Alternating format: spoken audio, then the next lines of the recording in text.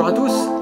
La PPGM vous proposait jusqu'ici des conférences techniques que nous ne pouvons malheureusement pas assurer en cette période de crise sanitaire. Et donc on va s'orienter vers ce qu'on va appeler des chroniques techniques.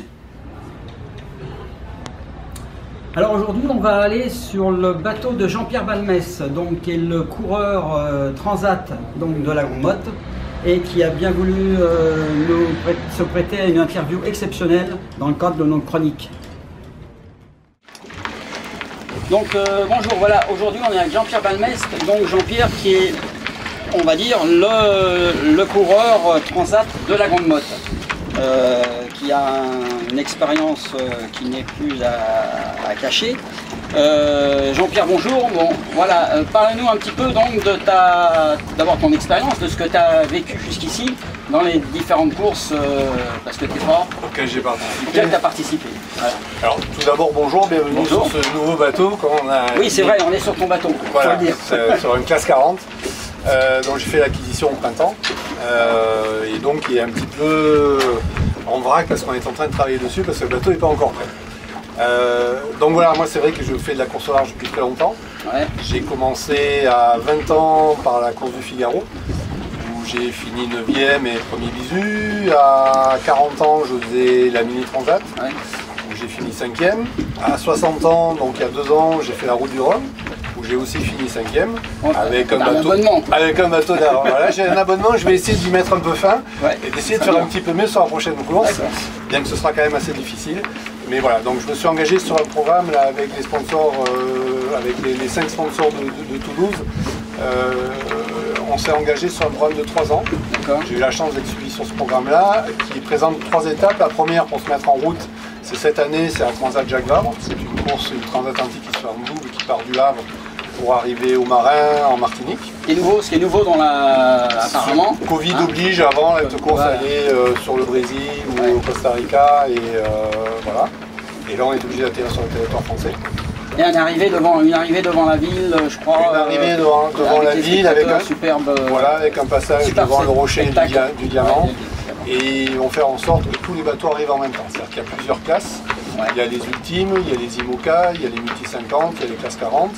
Et on a tous un parcours différent, de manière à ce que les dates d'arrivée coïncident et à faire une arrivée un peu festive, comme le départ est festif. Ouais, parce que je crois qu'il y a des classes qui vont jusqu'au Brésil, qui vont qui descendent à l'Atlantique Sud, Rio, qui reviennent, etc. Ouais, d'accord, ça c'est un spectacle magnifique. La classe 40 étant la classe la plus dynamique en ce moment, on est 50 inscrits. Il y a 50 bateaux de la classe 40 sur combien d'inscrits global? Sur, grosso modo, je crois qu'il y a 80 bateaux.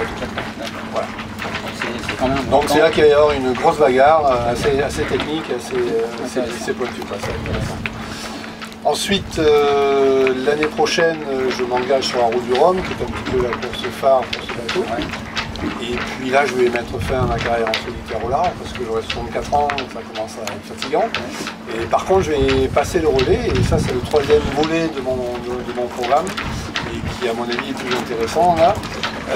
On fait un partenariat avec le SEM, qui est le pôle Espoir France à la Grande Motte, et je vais embarquer sur une course autour du monde par escale, qui a 4 escales, et je vais embarquer à chaque escale un jeune. Mais une course autour du monde en double, en classe 40, et je vais embarquer pour chaque escale, je vais embarquer un des jeunes du centre d'entraînement qui veut faire de la course au large en métier.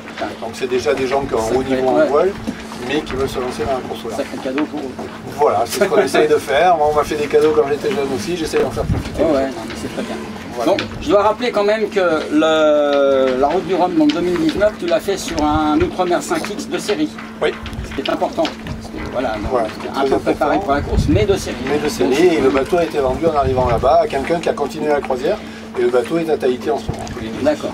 Et là, donc, tu es associé sur la Jacques Vabre. Donc de novembre, qui part le 7 novembre, le 7 novembre du Havre. Donc tu es associé à...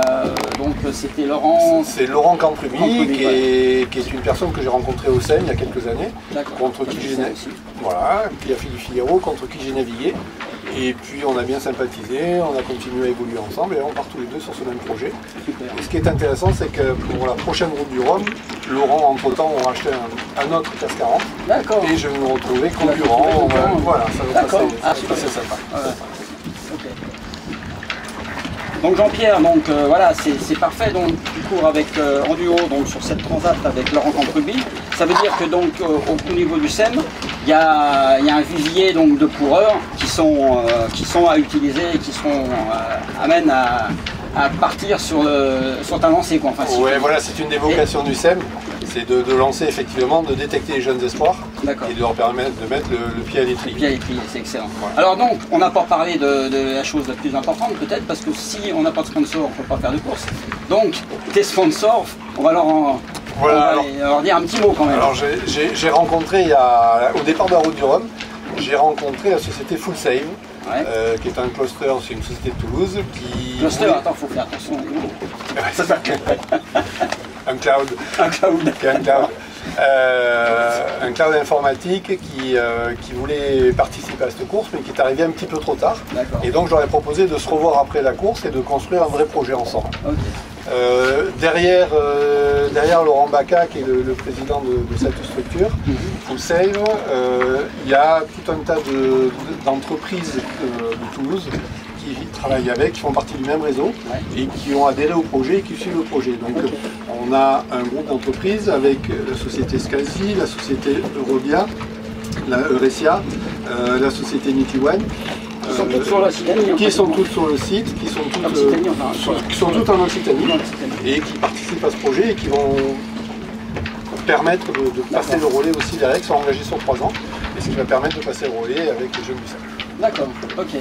Donc ça, voilà, ça donne de bons présages à une course à suivre. Donc on préconise à nos adhérents, à tous les gens donc, qui visualiseront la vidéo, de suivre un peu la course, parce qu'en fait il y a une 5e classe qui est la Virtual Regatta, donc qui est mise en place par l'organisation cette année, qui permet donc de jouer avec les coureurs. Voilà, c'est une course dans la course, c'est une course qui permet à tous ceux qui ne sont pas sur l'eau de pouvoir naviguer et de pouvoir régater. Voilà, donc c'est un outil très sympa et très ludique. Et tous les gens qui veulent le suivre, c'est vrai que c'est un bon apprentissage pour la course au large. Donc vous mettez les pieds dans l'eau et vous faites sur le PC et vous aurez l'impression de naviguer. Avec un seau d'eau de temps en temps. Avec un seau d'eau de temps en temps quand même pour la réalité des choses. Pour la réalité des choses. Voilà, merci Jean-Pierre de toutes ces explications. On ne manquera pas donc de suivre ta course. Si les gens ont la possibilité d'aller voir le départ au Havre, forcément c'est génial devant Sainte-Adresse et tout ça, il y a quand même du spectacle. Donc on préconise aux gens de suivre ça. Et puis bon, pour ceux qui ont les moyens, d'aller faire un tour en Martinique pour arriver. C'est le plus agréable. C'est le plus agréable. Et de voir Jean-Pierre arriver en pole position. On va essayer de faire au mieux. D'autant plus que, comme l'année dernière, comme pour la dernière route du Rhum, je fais un partenariat avec l'association Rire les Clownals d'Hôpital. Encore, c'est un partenariat qui dure. Voilà. Et que donc on rappelle que Rire, c'est une association pour les enfants qui ont des maladies long terme et qui sont dans les hôpitaux. C'est des bénévoles qui vont rencontrer ces enfants-là et qui font du soutien aux familles, aux enfants et aux soignants. Super, donc c'est associé un peu on va dire l'utile à l'agréable. Merci Jean-Pierre, bonne course, on te suivra de toute façon. Merci à vous et au plaisir et à très bientôt à la Grande Côte. Ok.